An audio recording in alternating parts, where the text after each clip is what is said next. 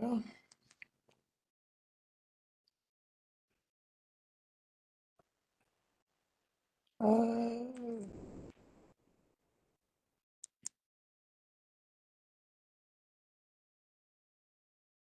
or should we need 6, correct? For a quorum? Correct, I believe. Izzy should, I'm hoping, has the full list, but I believe there's 11. So yes, you need 6 for any voting. You could start the meeting, you just couldn't vote. We only got 10. We got 10 members. The 11th is a non-voting member from staff. You would, We, we need so you would 6 still need the 6 though, yeah, for our voting meeting. correct. So we can start in a couple of minutes. The only thing we cannot vote on would be the amendment, the meeting, the minutes from the last meeting. That's the only voting issue this time. Correct. Okay. Give them a couple more minutes and then we get started. Thank you.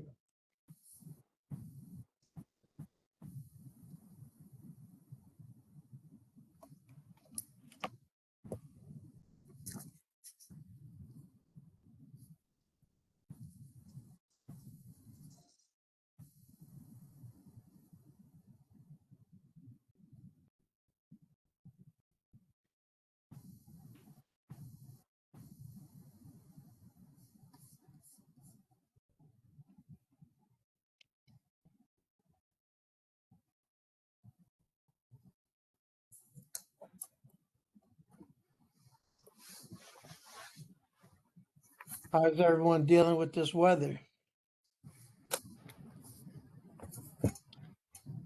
Can't go nowhere to escape it. Huh? Lots of fun. Lots of fun. A I had a cousin that lived in Detroit, so she moved to to Arkansas to get rid of the weather. She got 8 inches of snow this weekend. So don't make any difference where you go. Yeah.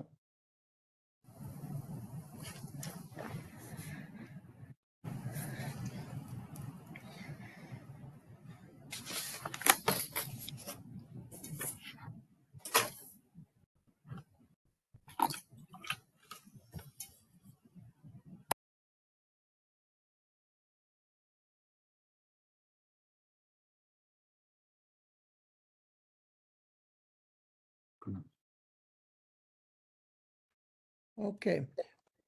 I'm gonna call the meeting to order at 4:05, January 13th, 2025. Izzy, would you like to call would you call the roll, please?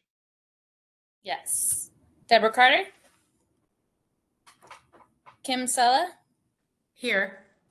James Cotter? Ed James? Here. Linda Camp? Raisha Rollins? Ben Samuels? Here.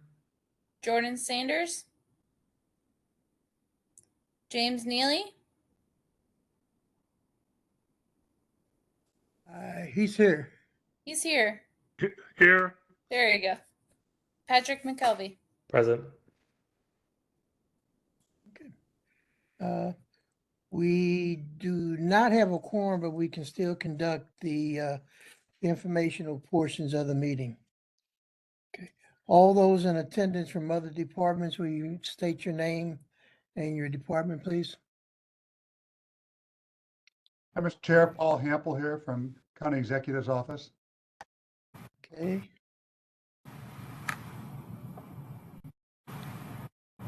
Good afternoon, Chairman James. This is Talby Roach with Bi-State Development, and I'm going to pass to Chuck Stewart, also with Bi-State. Well, Chuck Stewart, Chief Operating Officer, Metro Transit. Tammy? Good afternoon. This is Tammy Fulbright, the Chief Financial Officer from Bi-State Development. This is Tom Curran, Executive Vice President of Administration for Bi-State. Yeah. Good afternoon. Ted Zimmerman with Bi-State Development, Vice President of Marketing and Communications. Missy?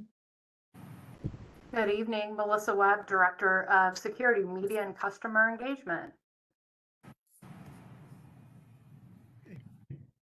All right. Do we have anyone from the Department of County Department of Transportation Public Works?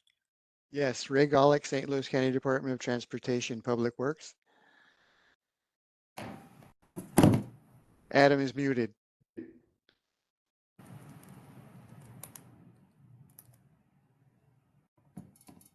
Okay.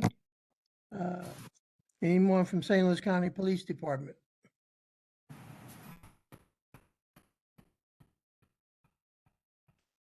Okay.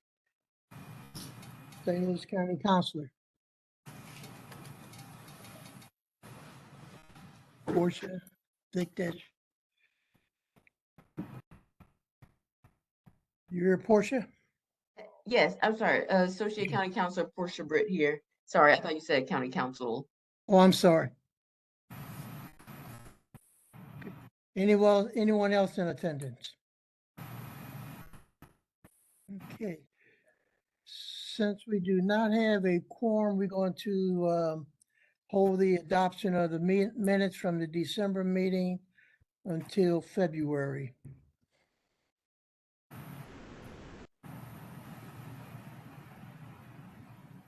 Okay, reports. St. Louis County.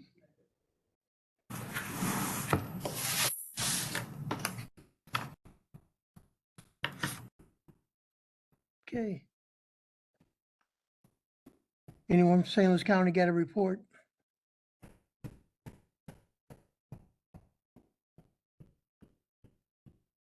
Okay, what about the Transportation Department?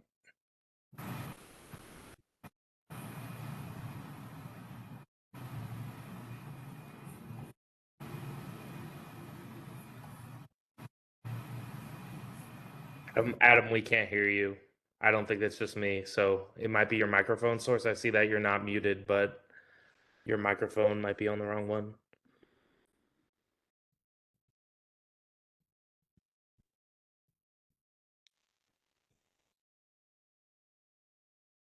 Okay, Hear me now? We can Yeah, hear you now. See, can look, hear I have you a now. genius suggestion. I rebooted my computer once today, so it lost where my microphone is. Thinks I'm talking through a sound bar. Who knows?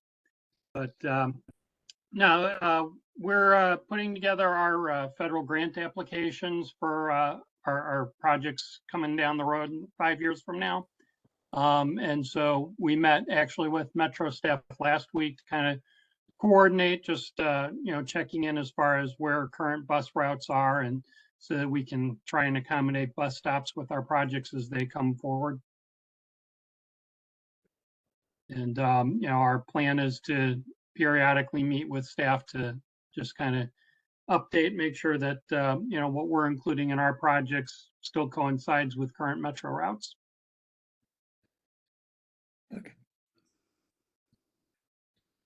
Okay. I think our issues as a commission is that we are kind of vague on what is actually included in the 5-year plan that deals with transportation public works. Is there something that maybe you can give us at the next meeting to basically brings us up to speed of basically an overview of what's in the 5-year plan and how it affects us as a commission? Yeah, I believe I have a list now that I could probably share with you shortly here. Yeah, we've got a list of projects that we have coming up over the next 5 years that have Metro bus routes on them as of today.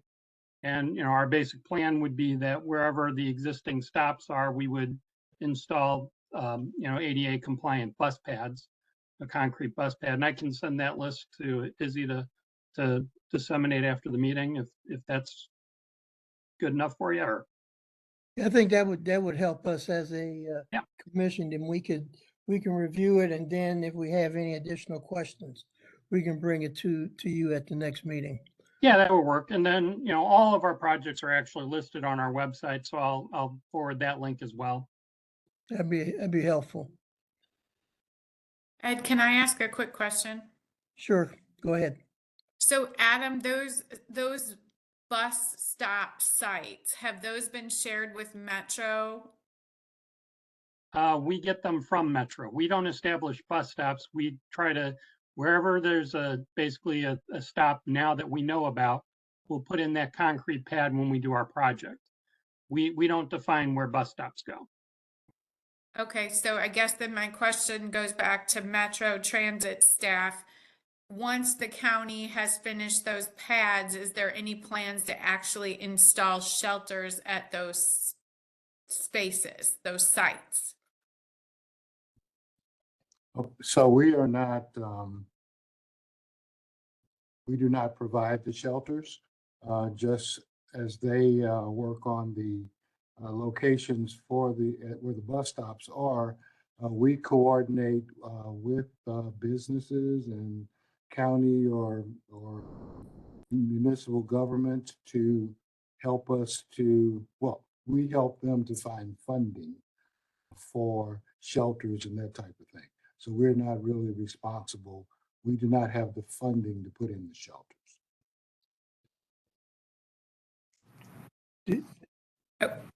Okay, so this feels a little bit like a circular conversation we've been having for a couple of years. I'm just wondering, what is the best way for the county or bi-state or a collaboration to work with area stakeholders if they're going to put in a concrete pad to move some additional amenities to those riders in the county at those stops, whether it's a shelter or a bench or something?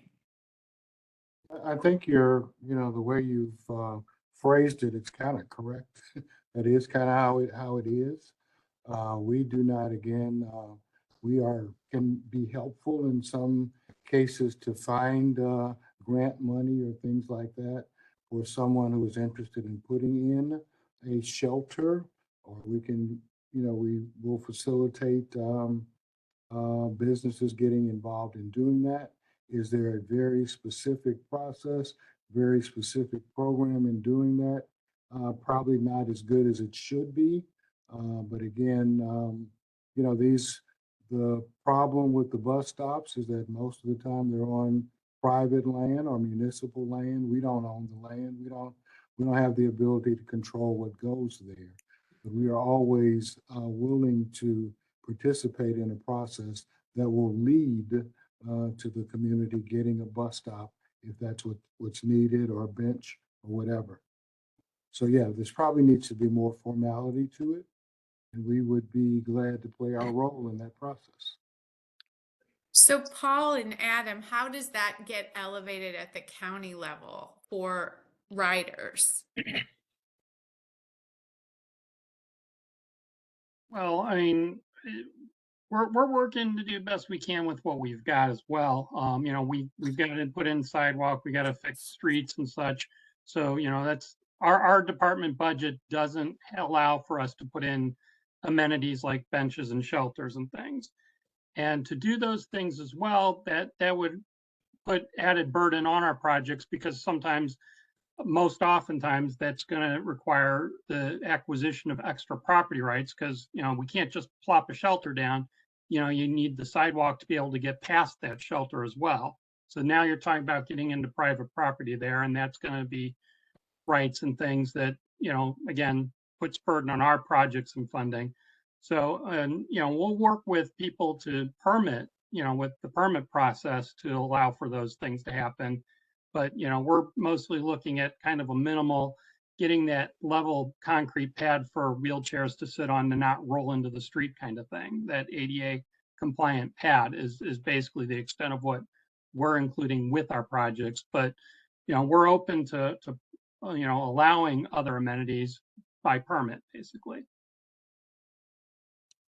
Adam, when you put a slab down on, as Mr. Stewart said, private property, do you get property owners permission to do it? Or how do We you would go have to about that? purchase that property. We would have to pay for property. What about a pole in the ground? Just a pole, no The pad? pole on the no- ground is typically within existing right of way. So, you know, like if you think about a typical street that has a sidewalk, there's probably like a 4 or 5 foot wide sidewalk and a little bit of green space and then the curb and the road. So we typically would have, you know, as a general rule, about 1 foot behind the sidewalk would be property that we control. You know, and so usually that pole is going either, you know, right behind the sidewalk in that 1 foot, or it's going between the sidewalk and the street. But, you know, in order to do something like put in a bench and a shelter type thing, we still need that sidewalk to be able to get past the shelter. We can't just have sidewalk go right into the side of a shelter. You have to be able to get around it. So now you're talking about having to expand that bus stop to go, you know, 4 or 5 feet behind the sidewalk instead of that 1 foot of maintenance area that we have. So that's property that we would have to purchase from that private owner in order to make that happen. And a lot of times that, you know, that isn't conducive to our schedules for the funding obligations that we have to meet. And plus it's additional money that we don't necessarily have in our budget to deal with. So, you know, we would allow somebody else to come in and apply for a permit, and we would work with them to get that, but it would be on that third party to acquire the property rights that are necessary. How can, I mean, Kim opened the door, how can we take it to, let's say, a next level where, I'm not saying, put it in because it's there, but what can we do to make awareness that we need these types of shelter throughout the county? I mean, I've seen poles in the ground with nothing but a trash can attached to the pole, and there's nothing around it but bare land. And I think I've seen more poles in the ground than shelters. And I mean, I know shelter costs money, but how can we make a public awareness or even a budget process where we need to start addressing this? And it has to be some type of a partnership or whatever between bi-state, this commission, and the transportation department.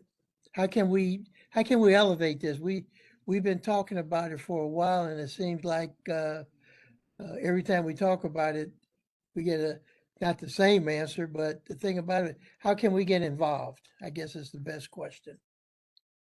Or I would Mr. ask Chair. Paul, is there someone else we should be reaching out to at St. Louis County? I mean, if transit is a priority for St. Louis County, I think that we need to be advocating for something better than just some pads, concrete pads along streets that you're working on. So who should we be going to if it's not metros and it's not the street department? Well, Yeah, so I'm gonna step in and answer this question and remind this body of its authorizing ordinance. And that is to make recommendations to the county exec and or the county council. So if this body has concerns, I'm happy to speak with you all or speak with the chair about that later. But I think that your concerns would be best directed to the county executive or the county council, as this body does not have the authority to delineate any way that funds are spent by either transportation, public works, or by state. I think that's fair, Portia, but I think the question is if we could just be informed on who we should be making the recommendation about, that would be helpful. Yeah, so this body can make recommendations about the works of St. Louis County entities. So that would be transportation and public works. Could suggest a partnership of some sort with bi-state as a part of your recommendation, but naturally we only have authority over St. Louis County departments. Adam, I have an odd question for you. I understand that I'm not your typical guy because I sit on this commission, but there is a metro stop on my property. If in a hypothetical world, I wouldn't care if there were a bench there as well. If is it possible that some property owners would willfully cede? I understand I'm not a business. Is it like I don't care if there's a bench on my property? There's a bus stop. If you guys wanted to do more, I would be cool with it. I wouldn't care. I'm assuming that some other places might not care. Is that ever a possibility, or does it just straight up have to be purchased? I'm also on a school board. Like I know we seed money, or sorry, seed property to MoDOT all the time because they want to do such and such. Is that an actual possibility, or am I crazy? It's like you're like, no, 99% of these we have to buy that extra space. No one wants to give it up. Yeah, Just curious. essentially, we have to have a legal right to do work on property. So, you know, we get dedications voluntarily often. Sometimes we make it part of, you know, a permitting process. So yeah, I mean, that land rights can be donated. You know, that is definitely a possibility. But the legal rights do have to be conveyed to us somehow. Perfect. And so a quick question. So I'm on a school board. I know other people are on school boards. I'm sure there are a lot of stops that are on school property. School districts give up land all the time, so long as it's like minimal, right? Like a bus shelter. If school districts like wanted to do that, that would be a possibility. Obviously, you still need funding, right? Like these magically Yeah, I won't mean, do we would themselves still once you need get them. funding. I mean, we don't have the money to pay for a shelter and its installation. Understood. And it's a larger concrete pad than what we're typically building. So it's something that, you know, has to be planned out ahead of time and put into the plans. You know, what we're actually putting in is a concrete pad that creates a level space to meet the ADA requirements for, you know, a wheelchair to be able to sit in a stable spot. You know, when you're talking about putting in the bus shelter, it's a larger concrete pad, which isn't a problem, but you know, it is more material, it is more grading, it's more, everything goes into it. And, you know, it's kind of starting to stray from our department mission at that point. You know, we're just, you know, we don't have enough, we have a whole plan right now for sidewalks with zero funding for. You know, we have lots of money, we have lots of projects identified that we need to do that we don't have money for. So, you know, I heard that lots of obviously adding on benches and shelters is something that, you know, we don't have money for. And if we had money, that wouldn't be our first thing that we would choose to spend it on because of our long list of things that we are already obligated to do. You know, that said, you know, I would say that, you know, if somebody gave us money earmarked for specifically that purpose, and, you know, that is something that is within the county council's purview, is that they can designate funds, you know, above and beyond our typical budget and say, this is what it has to be spent on. You know, if other parties, community groups come and they want to bring money to the table to put in these amenities, you know, that's something we can work with. You know, it's not something that fits within our current constraints. No, completely understand. I was just curious how it would work. Listen, I have a dream. I know there's tons of bus stops around St. Louis. Getting a shelter at all of them, or even in the county, would be very unfeasible. That would be millions, tens of millions of dollars. I was just curious how that would work because I've approved property donations hundreds of times. It feels like on a school board capacity. Was just curious how that would work. But thank you for your answer. I completely understand as well that we're fixated on this one thing because we're talking about it right now. But also, you know, it seems interesting, like how would we feasibly do that? And the answer is we need a lot more funding, but I could have told you that before too. It's my third meeting, so I knew that was coming. Can I ask, is there a comprehensive list of all the construction projects that would be needed to bring every stop up to ADA code and an estimated budget? Does that exist somewhere? If it does, and it's been discussed before and I missed it, forgive me. Let me know if there is. You're talking about just to put in these landing pads at bus stops? Or, I mean, I know we have on our department's website, you know, we do have listed on our long list of unfunded needs. One of the links there is to our ADA plan, but I think that generally is addressing more sidewalks, curb ramps, that type of thing, and is not specific. I don't think it includes bus stop landing pads in that list. So if that's what you're looking for, I mean, we don't have a list of bus stops that need these pads. I would like to take Ms. Britt up on her, I hope it was a suggestion, on maybe her working with us to let us know basically the next step that we need to go to. I know that the county exec office should be included in that, and maybe a member or two from St. Louis Council, the county council, to basically iron this out and see what our next steps are. Is that feasible, Ms. Pitt? Uh, yes, I think this is something that you and I could definitely talk about here, James, about the next steps that you could go forward on. Yeah, I know you mentioned, and like I said, it's something that's been on and off the table, back burner, front burner for a while, and we either need to cook it or put it to bed, one way or the other.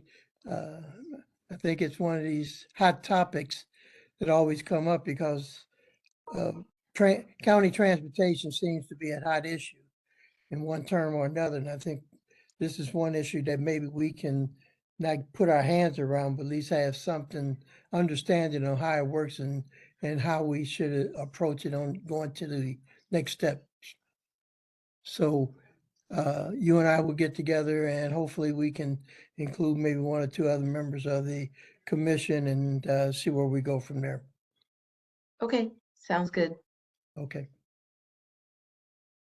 Any other issues or statement on the issue of the I guess the 5-year plan and other public transportation? There is one other issue that has to do with the other modes of transportation in St. Louis County. I know it was brought up last meeting with Ms. Walls from the she ended up being a part of the SMART Commission and also the Commission on Disabilities that has to do with the availability other modes of transportation for the disabled in St. Louis County because of the lack of ride sharing and the lack of other means of transportation. Is there anything that you can shine light on this in terms of other modes? I know one of the issues that came up last meeting was one is the I guess the taxi commission, if that's correct, and the lack of vehicles that has accessible equipment to carry or to handle disabled passengers. Anyone like to comment on that?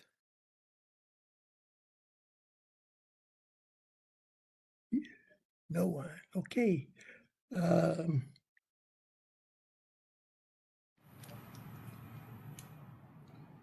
Okay. So this issue might come up again because it has to do with I guess what we're talking about in terms of shelters and accessibility for disabled passengers. But this is I guess this is the growing issue in some municipalities.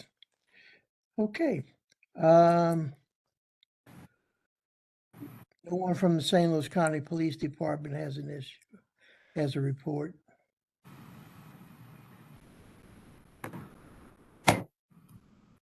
By state development.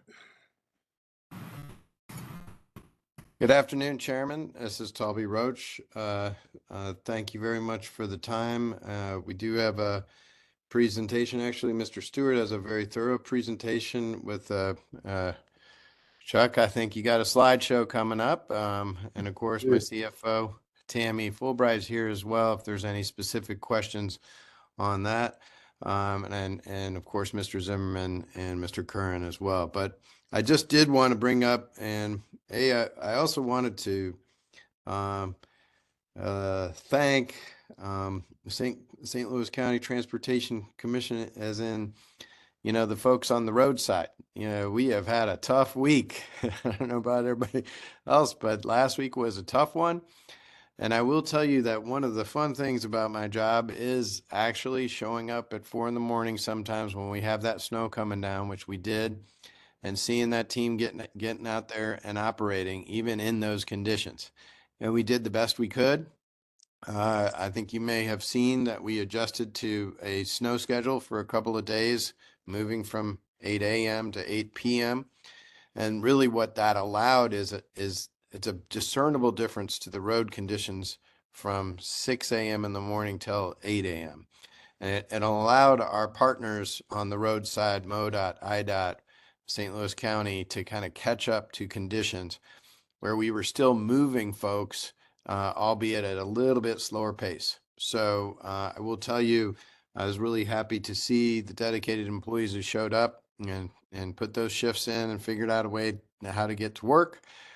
We did struggle through it, but I do appreciate everybody's patience and, of course, everybody's partnership in trying to keep things moving.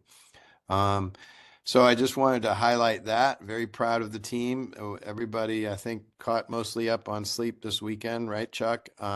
So anyway, that's where we are. I appreciate the discussion, of course, the support of the commission. And with that, Mr. Chairman, if it's okay with you, I will pass to Mr. Stewart for his presentation. Sir, Okay. yes, Mr. Stewart. All right, I'd like to share my screen and I hope I get this right.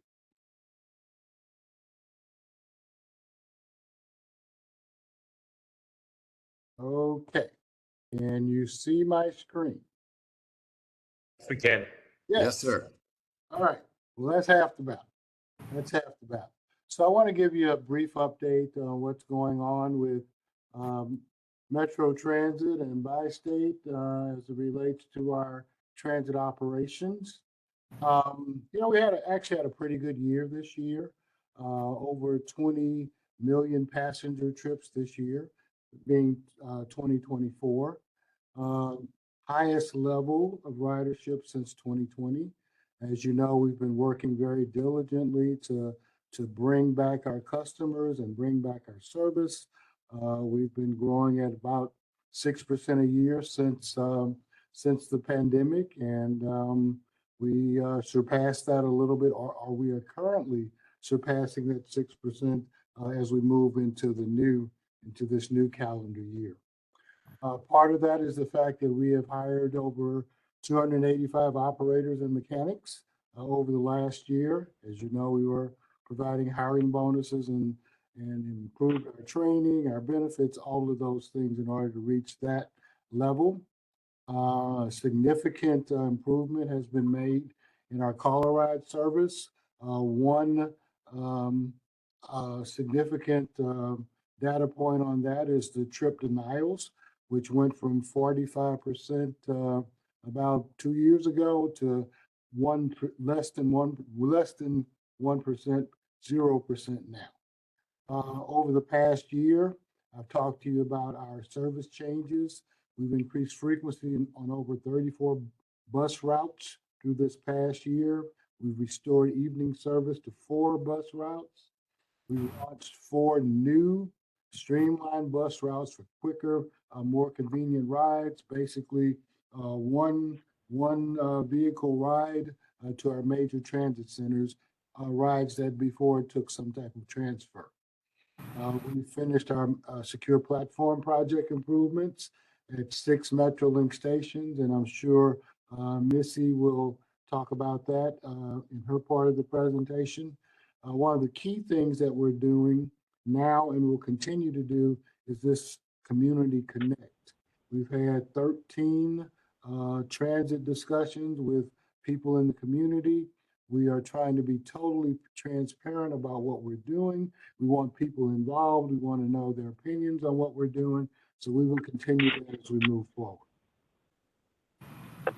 This is an update on our recruitment, basically our staffing levels at this point.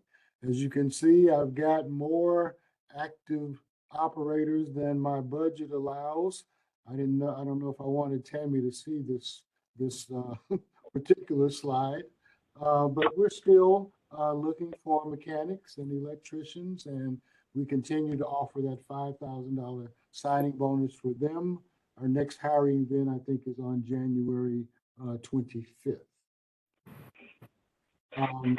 We did have a service change on December 2nd. That was after having 8 public open house meetings, making sure that people understood what we were trying to do and the changes that we would be making. That resulted in 25 adjustments to routes in Missouri and Illinois. We expanded service into Mercy South and Fenton. All of this was about increasing frequencies and reliabilities.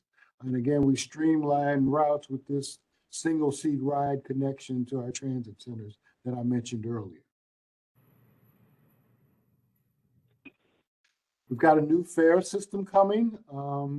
So you won't, if you got a cell phone, you can just display your ticket, get on the bus, or we have new validators that we're putting in the buses.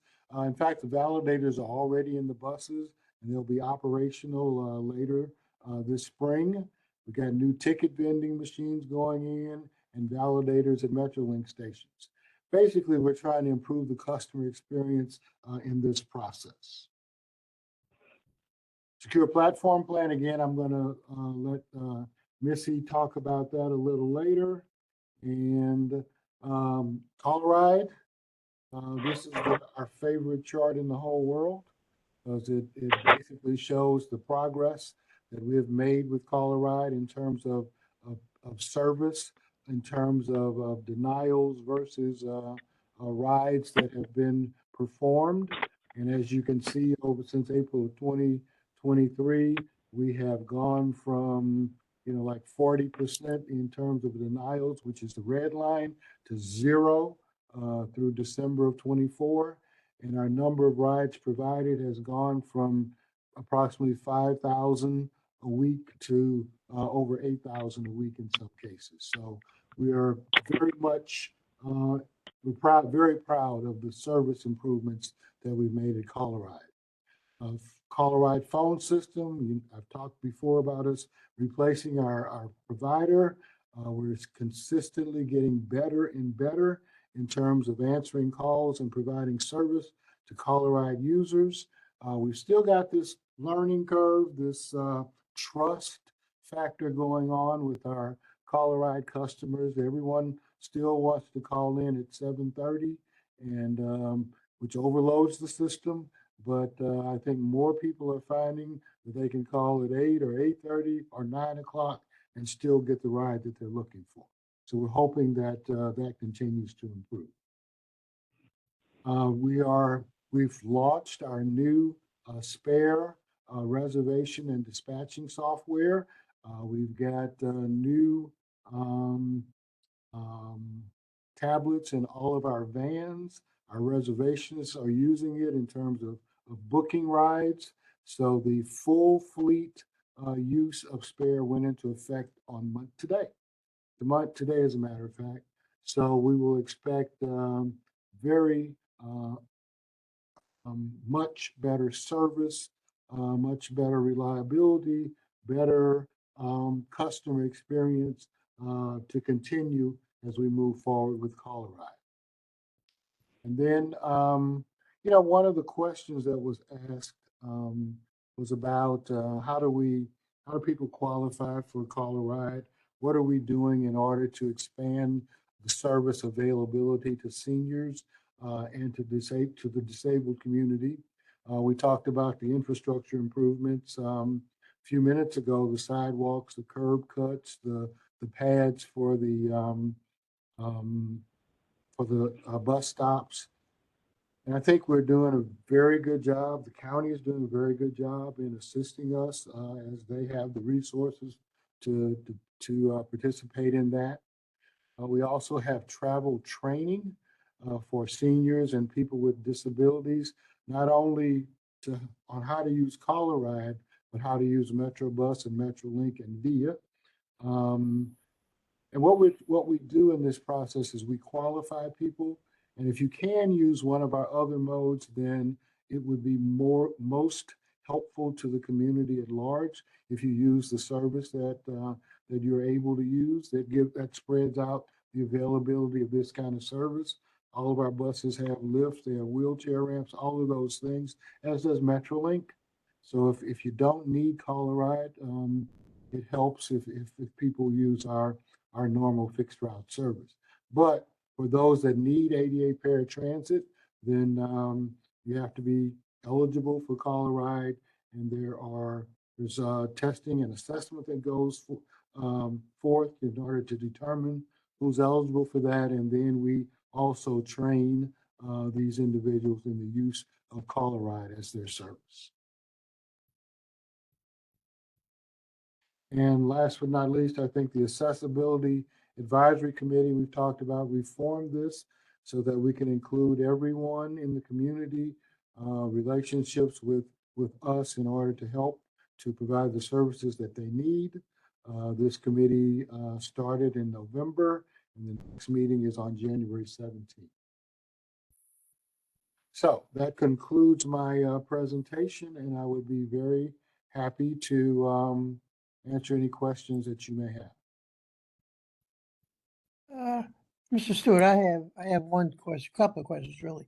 Okay. One has to do with the streamline. How were you able to streamline a line without using the transfer system? I mean, it would seem like you go 3 to 4 rides, 2 to 3 buses down to 1. How were you able to do that? Well, it's about using our transit centers as the hub. So it's not to say there won't be any stops. It's not an express bus. No, But- not stop. But you just don't have to get off and get on another bus. Okay. So we are constantly monitoring our ridership and the routes that people are taking. And when we see that there's an opportunity to make a more direct route, we do that in our planning for the next service change. Okay. There was another question. I'm sorry. There was a segment on one of the news channels about the time delays with the new transfer or new secure system at Delmar Station. I think this has to do with people getting used to it, but the spin was that it takes longer, and customers have to get there early in order to meet the trains. Has that been addressed, or was there an issue to be addressed other than people getting used to it? Well, it's a different process. It's new. And with the opening of our stations like Delmar, with the secure platform situation, again, our secure platform installation, our new fare system is lagging behind in that. And at this point, we have officers stationed at each one of these stations so that they can, when they see that you have a ticket, they can let you through the gates. So it just takes a minute for people to get used to that process. But our schedule between bus and train is designed to facilitate that transition. And Melissa may have more to say about that in her review. Okay. Any other questions for Mr. Stewart? Any others? Thank you. Thank you very much. Tammy, Ms. Fulbright. Yes, good afternoon and thank you. So what I have today is the financial statements through November. And so I will walk you through the revenue. So what you can see is our actual revenue is 140.6 million compared to a budget of 148.6 million. So what we're seeing here is that we are behind on passenger revenue by about 1.3 million. Our sales tax is showing up a little bit behind too, of about 1.5 in the city and 2.2 in the county. But this can definitely be timing, as that sometimes happens just from month to month and the seasonality of that. So I think that's what we're really seeing on the revenue side. When you get into the expense side, you see that we have total expenses of 143 million compared to a budget of about 142 million. So we're down 1.4. But really looking at that, what you can see is that we look like we're over in wages and benefits by about 3.1 million. Again, I believe some of this is timing, and that's basically due to how we budgeted for some of the vacancies that we had and the filling of those. So we think that'll spread out over time. So ultimately, we end up with a loss of about 2.7 million. So when you take into account the timing for revenue and then some of the timing related to this wages and benefits, I believe that we'll see that kind of even out as the year goes on. And I'm happy to answer any questions that you might have. Tammy, is the ridership running ahead of what was projected for this year? We had discussed that when we were looking at it last year. So Chuck, do you want to answer about ridership itself? I don't know about what the projection was in terms of ridership. The ridership has continued to increase. As I stated earlier, right now, we're showing about a 7% increase over last year. In terms of projections, I'm not sure exactly how that compares, Tammy. I can look at that compared to budget. But yes, Kim, I'll get that for you. I mean, that's what I'm just wondering, if your actual is less than budgeted, but ridership is increasing on the fare side, is that just a timing thing, or is there something else going on? So I think it could be a lot. It can be a lot of things. It could be discounts related to discounts that we're offering on different products. It could be, there's multiple things that could be causing that. I'll write something up and send it over. So thank you. So it really brings up a very interesting point. So one of the policy objectives behind Secure Platform Plan and the new fare revenue is folks, we have not raised our fare or updated our fare media really in over 15 years. So no adjustments for inflation, no adjustments whatsoever. So one of the things that Secure Platform Plan gives us, and along with a new fare media, it gives us ability to generate more revenue on the revenue side. And so what I keep telling staff is get me to my landing point, which is the completion of SPP, which will be completed at the end of this year. Remember, beginning of January. And that will give us, with control of our system from a security standpoint, it also gives us control from a revenue standpoint, at least better control. And Kim brings up a very good point. Like a lot of transit companies across the country, one of the biggest things that we need to look at is revenue generation. And I do have that commitment, especially to my CFO, who has left me off the hook today. But we really do need to look at generating a better and stronger revenue piece, especially when we get to 26. Right now, our system, as an example, in general, is weakened because it is a heavily based transfer system, right? And we still, believe it or not, folks, are based in kind of a paper transfer system, which is very weak from both a security standpoint and from a revenue standpoint. So the one good thing about moving forward on this enhanced revenue system, which Mr. Curran's working on very, very hard. I don't think he sleeps much right now, but I know his team is working on it, is that we will be able to control our destiny a little bit more, and in particular, fulfill the obligation of generating a strong revenue. Now, of course, this has to be taken into context with what the public is willing to accept.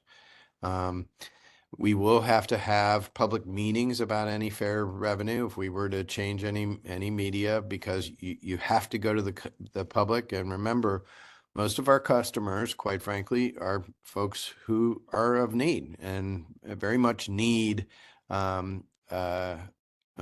transit 80% of them are going to work, and a lot of them tend to be work in service industry type jobs. And so therefore a very small change in transit fare has a big impact on their budget. But of course, we got to make a big budget. And so those small tweaks to revenue are very, very important. And I guess I'm sorry to be a little long-winded, but Kim brings up a good point in that we still, from a policy standpoint, need to be pursuing something that enhances our revenue. And we do have that policy in place, and that is the back end of Secure Platform Plan, right? It's not just security, it is also about securing a reasonable revenue trajectory. So I hope that explains some of our policy objectives.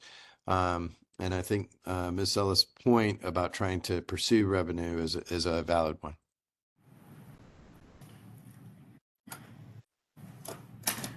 All right. Any other questions? I mean, you mentioned that there has not been a fare increase in over 15 years.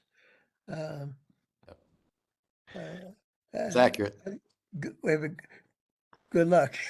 I mean, I guess my concern is that almost every public service entity come to the public with fare increase, rate increase that haven't been in over many years, and all of a sudden they come in with a big fare increase. So I think how you present it to the public is going to be very interesting. And like you said, I can't. What other fare revenue? What other source of fare revenue do you have other than rates? I mean, ridership.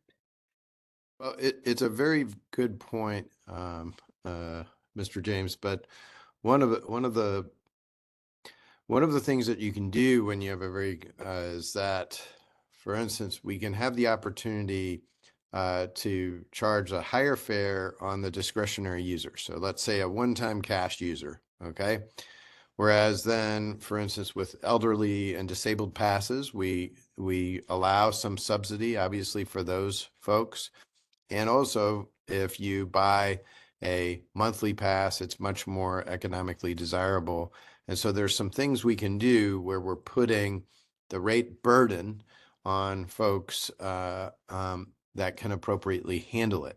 But you're absolutely right. I'm not saying that we're going to all of a sudden raise our rates, 100%. You can't do that. All right. That's absolutely right. But a reasonable associated, look, I still got to pay drivers more. I still got to pay more for fuel, and I still got to go into the, hopefully after February, I'll have a past budget on my board, and I'll be in St. Louis County fighting for our budget appropriation then with the county council, and I will get these same questions. But we need to look at every small aspect that we can, because this roughly $360 million budget is made of, all kinds of very, very detailed aspects, and driving revenue, especially trying to exceed where we are, is very important, because revenue is our most discretionary money. So it is the most fungible. So it's very valuable. It seems strange to say that those dollars are worth more, but they truly are. And they allow us to do some of the things that are important from an accounting and long-term liquidity standpoint. Thank you. Any other questions, concerns? Okay. Thank you, Tammy. Thank you, Mr. Roach. Tammy, at this time, we would like to just kind of address budget. I know Mr. Roach just mentioned that basically his board will see something in February. Past couple of years, we saw it in last minute. Is there a possibility that we can be updated on a more current schedule of what the budget, how you approach the budget? Not for us to tweak numbers or anything like that, but just for us to understand what the process is in developing the budget. And when it comes time to approve it, we would have a better understanding of what we are approving as opposed to just, I don't want to say a rubber stamp, but something to just get it from our lap to somebody else's desk. Is that possible? Toby, do you want to speak to the timing of it? I'll start out and just speak to the process itself. So in January, we generally, we take it to our board committee. And then in February, we take it to the board. And so at that point, then Toby, he begins moving it along. So Toby, I don't know if you want to kind of talk to the timing of when we would be able to bring it to them. Sure can. So, so Mr. James, what we do is our very first step is that we go to the county executive office and they do review that, and we kind of move from the top on down. And once he authorizes that presentation, then we go to the legislative bodies, including yours, right? So we will ask for that meeting as soon as my board, assuming my board passes this at our full meeting, which is in February, we will ask for that meeting right away. Okay. Now I can't do anything if I get put off for, and I have to get that green light before I move down. And that is how it is for each one of our funding entities. I do the exact same thing. My first presentation in the city of St. Louis is to the mayor's office, and then I move down to the legislative body. Same thing with St. Clair County, although we do consult with the transit district, which is kind of a parallel type agency. So we would be able to be looking at that. A lot of times targeting March is the best to get that. And I literally wait on pins and needles for that green light to then come into this committee and then start. And I do offer to county council members. I call them. They're sick of seeing me call them. Let me just say that I work them very, very hard. We are targeting, and just to hint, obviously we asked you all for an increase last year, which you did grant us, associated with investments in our frontline operators. So those very numbers that Chuck showed you today, increasing in employment, increasing and taking care of our caller ride, is a direct result of the investments you made in last budget's year, right? Because we literally took that money and pushed it into salaries, especially of frontline workers. Remember, really close to 66% of our operating budget is labor-based. So it's always about really the frontline employees. And so you saw the result of that budget. We're now in the 6th fiscal year that we have run. I guess Tammy and I, and Chuck certainly helped. Tom, you were a little late to the game, but we've been achieving an annual average growth of underneath 2%, our target being 1.5. And we will make that target next year, okay, in this presentation. The reason, Mr. James, why that's so important is that we have to be sure that our budget is within the means of the taxing district. And it has been, especially associated with how the taxes in St. Louis County are concerned. So we try to be very, very cognizant of what essentially our partner agencies, and I would say, for instance, in the county administration, you guys have to show up with a budget too. So we try to show that budget continuity over time. We try to show that the revenue is tied directly to the taxes that the St. Louis County taxpayers have paid specifically for transit. And that is what we do. A lot of decisions are made outside of our authority, right? It is, we try to move our budget through and be sure that we're being cognizant of, for instance, the political initiatives by the county executive and the county council and this body. And we do very much appreciate everybody's help in working those things out. But these very reports, for instance, that really important line that Chuck showed, okay, moving upwards, providing more rides, okay, has to do specifically with the willingness of the county to move our budget up a little bit so that we could pay our drivers more. Remember that $5,000 bonus. Remember the 3-year labor contract that Chuck Stewart negotiated successfully. That has everything to do with the decisions we make. And I know sometimes at these meetings, probably you all think if we throw another Excel sheet at you, your head will explode. But these are very, very important numbers, and we try to connect them to the service we deliver to the citizens. So with that long-winded speech, what I would like to do is in March or April, target the spring for our first budget presentation to this body. We can do at the discretion of the, and that recommendation, I cannot move forward without the recommendation of this body. I cannot do it. I cannot move the legislation at St. Louis County without the commission's recommendation. It is very, very important to me. And I'm happy to talk to any member of the commission in detail about it. So however you all like us to kind of tune the presentation so that it's more relevant to your questions. Well, Chairman, we're at your disposal. And if you'd like us to make any of those adjustments and be a little bit clearer on what is a very complicated subject, I'm happy to do so. I like to use user-friendly. I appreciate that. And the thing about it is that there's a number of us who are new to this commission who were not really aware of the process. So whatever you can do, and I will make a promise that it will not be on the agenda until March. Or until time that you said, at least that you presented it to your board. I understand, I think the other members of the commission understand that you can't do anything, we can't do anything until both of you all give the green light on it.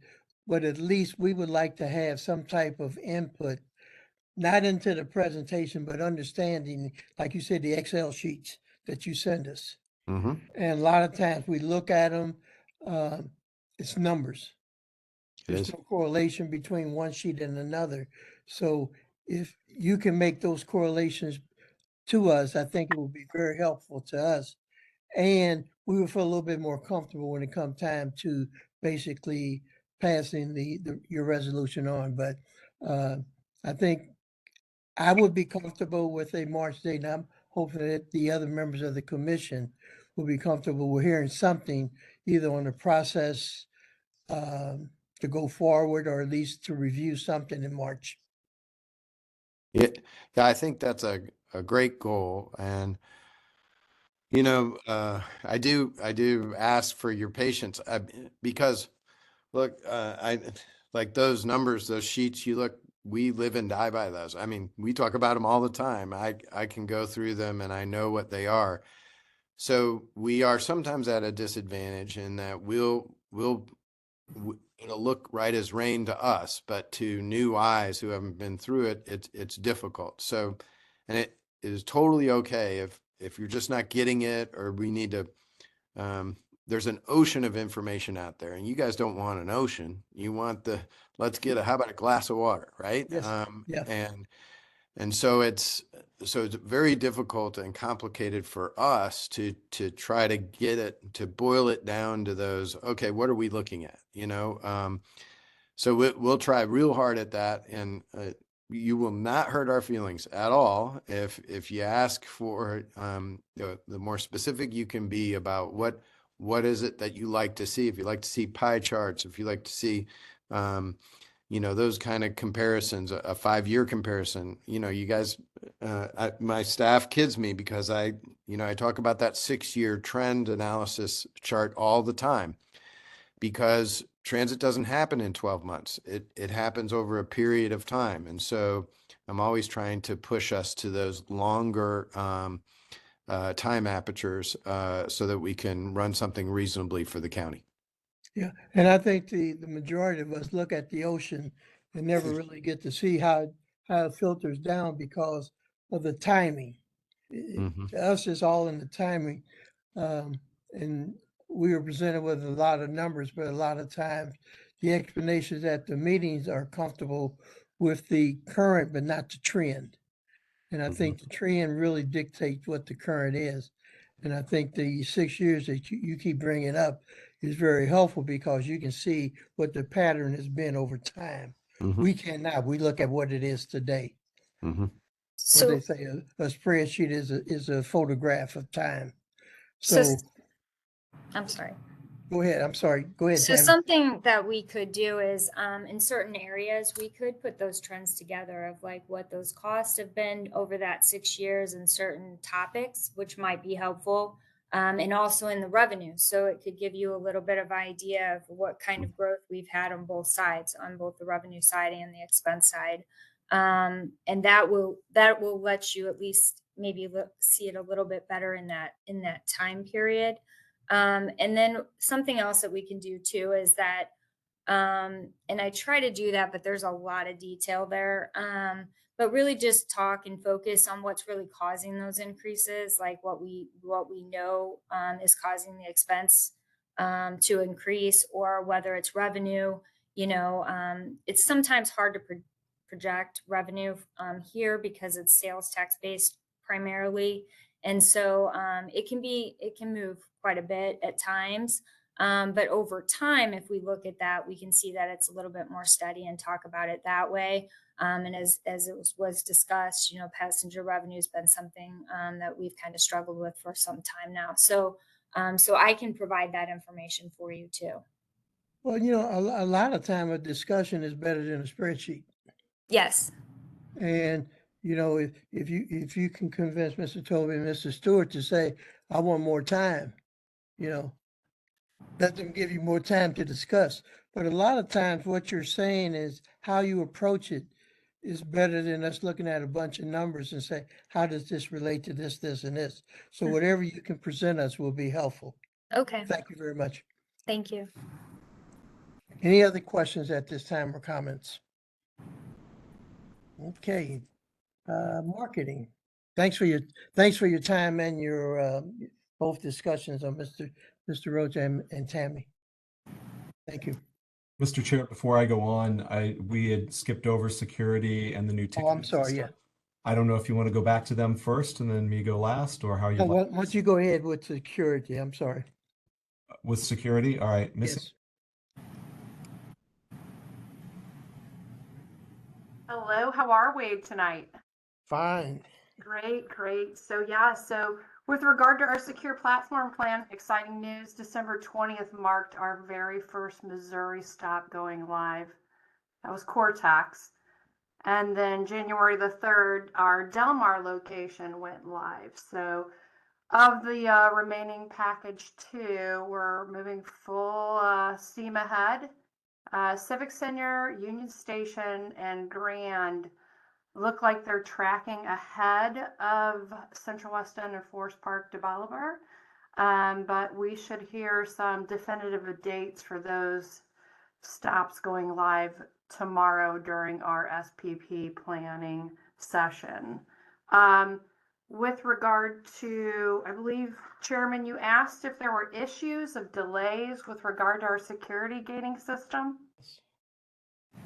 I've been out I go out ahead of the gates going live, and we have ambassadors that are there to help with the educational component with our transit community. And I've been out on all of the gate openings, and I stay out there for days after those, and I've seen no such delays. Obviously, again, with anything that's new, change is scary, and it does take time to make change into a culture. So that's why marketing and I have been out there ahead of the actual live gates, so that we can start to educate ahead of time. Our biggest issue, honestly, is when we have transit community members that forget to bring their tickets to the gates, and then they have to struggle to go through their items, like their purses or their wallets, to find their gates. So, but I've seen no such delay. The tickets, you talking about people who buy passes for or something like that, as opposed to buying the tickets at the time that they approach the station? Yes, sir. Yes, sir. It's like when you go to the movie theater and you already have your tickets for your movie theater entry, Mhm. but you forget to pull them out before you go in. Okay, So we've had a little bit of that. But again, that's just, getting people used to the new gates and the new system. They are very much well received, though, I can tell you that. good issues. Thank you very much. Any other questions of security? Okay, thank you very much. And I'm gonna try to ride the ride, but I think that I'm keep my ticket in hand. Thank you. We'd appreciate that. But And thank please you. make sure when you come to the gates to say hello to your transit security specialist too, because they'll be there waiting for you. We'll always say hello to those people because I might need them down the road. But thank you very much. Thank you, sir. Okay. Marketing, thank you. I apologize. Did you want to hear about the update on the new ticketing system as well? That was Oh, part of that yes, before the beat. yes. I'll let Tom go first then. Okay. Sorry for being out of line. That's okay. I'll keep this very short because I know we're running late. So we now have validators installed on all of our Metro buses. As you saw on the slide that Chuck showed earlier, they're currently labeled with a new way to pay coming soon label. So this spring, probably in March, we'll activate that system so that if you have an e-ticket on your phone, you'll simply show your phone to the validator. It will give you the green light for a valid ticket. You'll be able to proceed. You don't have to show the operators your ticket anymore. It will all be automatic. So we're excited about that.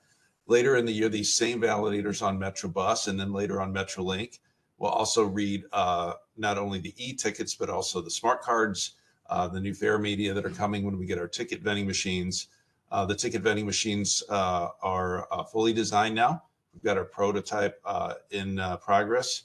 I don't want to delay the meeting by asking to share my screen, but if you want to see it, I can show you where we are in that stage. So it's up to you. I'll see if it will allow me to share my screen just for a moment. Yeah, just share for a second. I have a question to ask. What if I'm a first-time rider and I get to a stop that does not have a vending machine?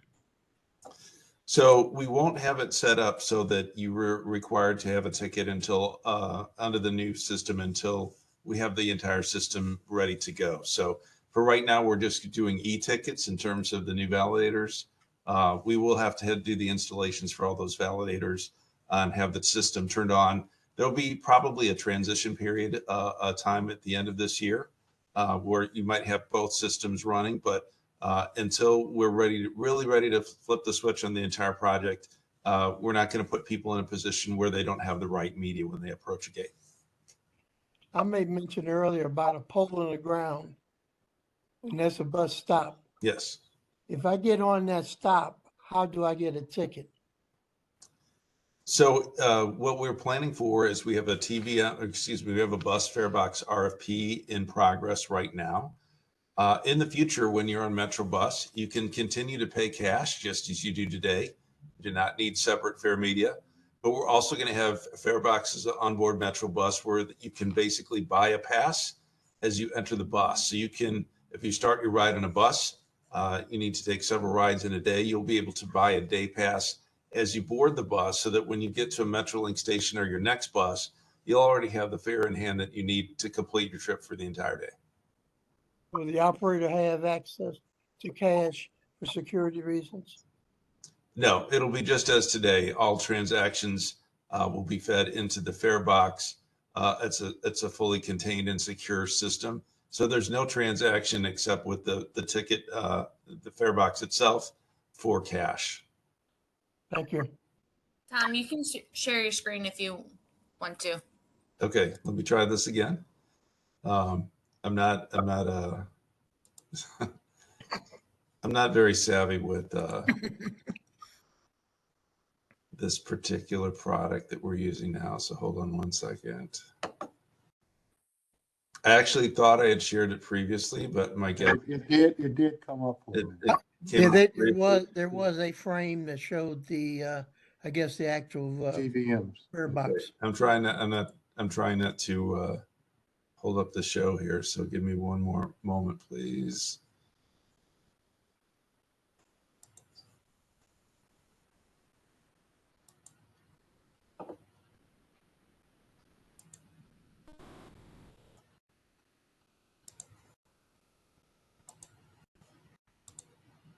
Can you see the validators?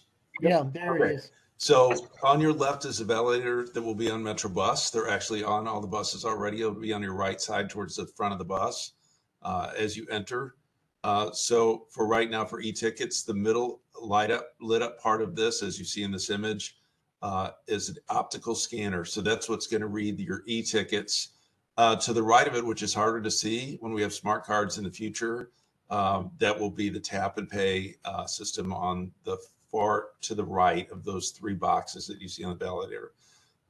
Same product is going to be at MetroLink. So the same interface, but it's going to be on a stainless steel pedestal. That's what you see on the right side of your page. Again, you'll show your tickets to the optical scanner in the middle that will unlock the gates. Or if you have a smart card, you'll tap it on the bottom. It'll have that standard tap and pay system that you see, like if you're shopping, for example, at Target. And then this is just some photos of the prototype TVM that's under construction by Fabcon in Southern California. So we're really excited to have the prototype being finished, and we'll start testing soon. Thank you. Thank you. I just remember you used to put the dime in the meter and that was it. Ride all day. We will never take away a cash option for our customer. Right. Thank you very much. You're welcome. Okay. Marketing. Finally. That's right. Mr. Chair, Thanks for the also as patience. far as like with for our customers, we have an extensive network of vendors that are out there in the St. Louis and the Illinois region where customers can actually go into stores, retail locations, and purchase passes as well. So they can always get them in advance that way, as well as on web or at any of our transit centers. So as far as like my report, you have all the information in the last tab for the November. You're looking at like the share of sentiment and things.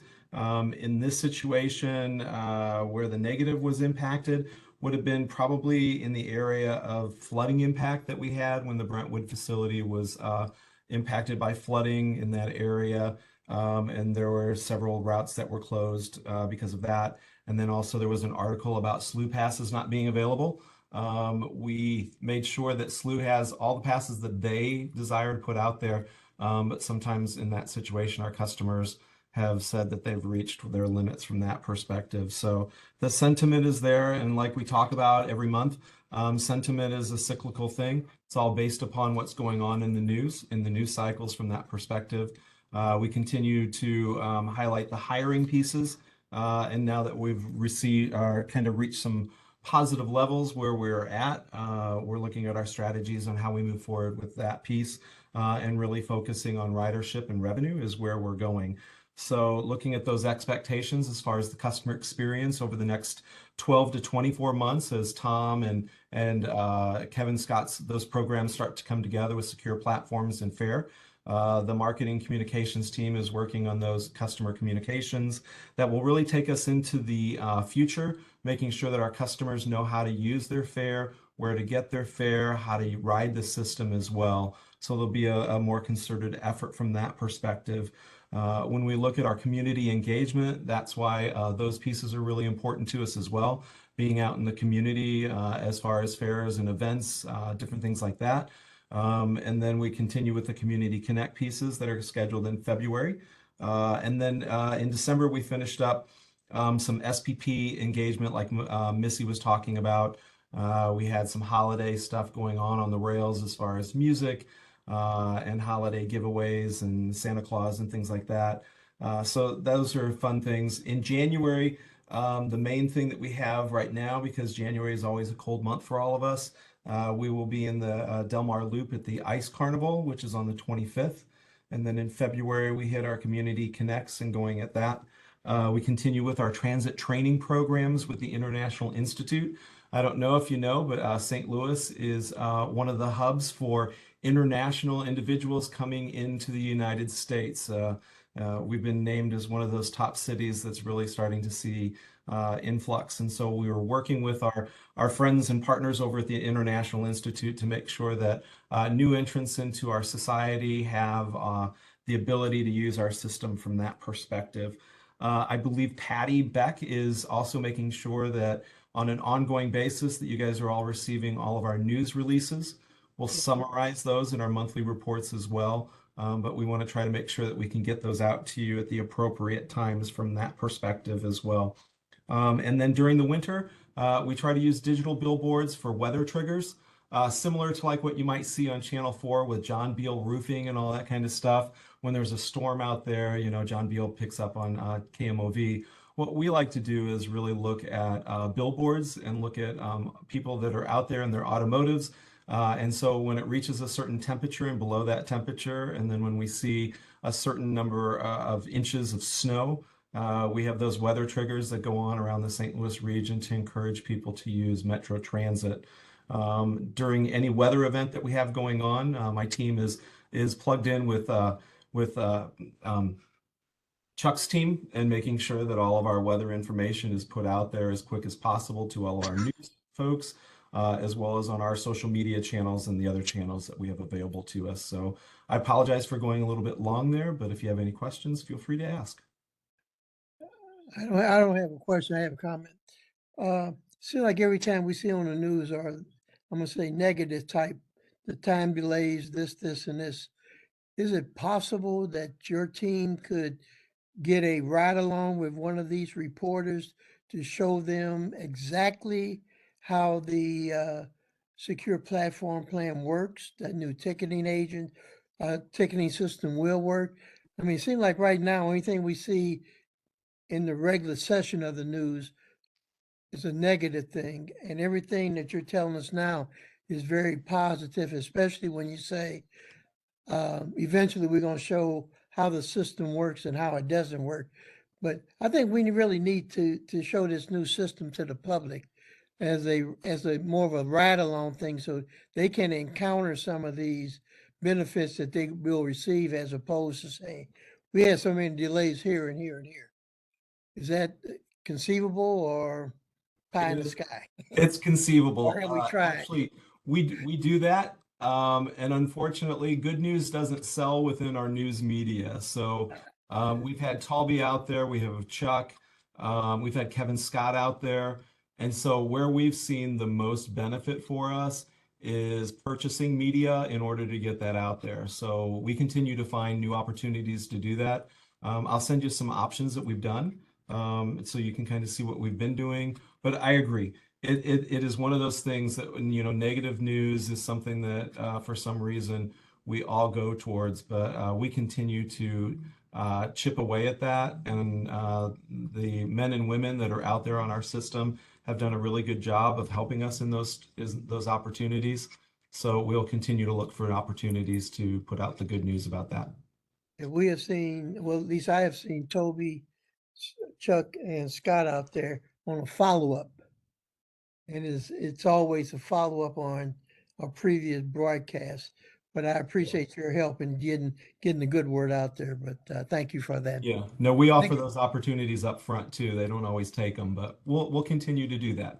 We know how that is. But thank you for all the updates we're getting. It's very beneficial to us. Certainly, you're welcome. Okay. Any other comments, questions for marketing? Okay. There's no old business, no new business. The next meeting is February the 10th, 4 o'clock, 2025. Same place, same time. So if there's no other business, I would accept a motion to adjourn this meeting. Moved, McKelvey. There's been a move and second. All those in favor? Aye. Aye. Thank you very much. See you next month. All right, thanks, everybody. Thank you. Thank you. Mhm.